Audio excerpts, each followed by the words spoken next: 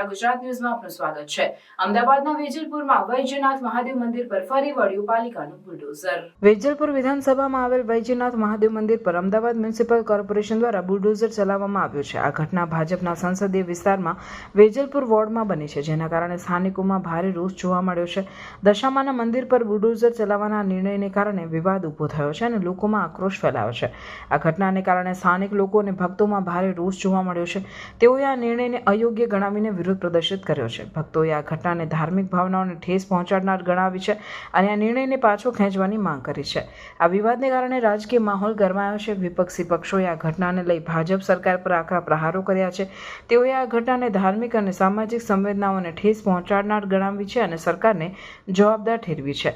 આ વિવાદને કારણે સ્થાનિક લોકો અને ભક્તોમાં ભારે રોષ જોવા મળ્યો છે। તેઓએ આ નિર્ણયને અયોગ્ય ગણાવીને વિરોધ પ્રદર્શિત કર્યો છે। ભક્તોએ આ ઘટનાને ધાર્મિક ભાવનાઓને ઠેસ પહોંચાડનાર ગણાવી છે અને આ નિર્ણયને પાછો ખેંચવાની માંગ કરી છે।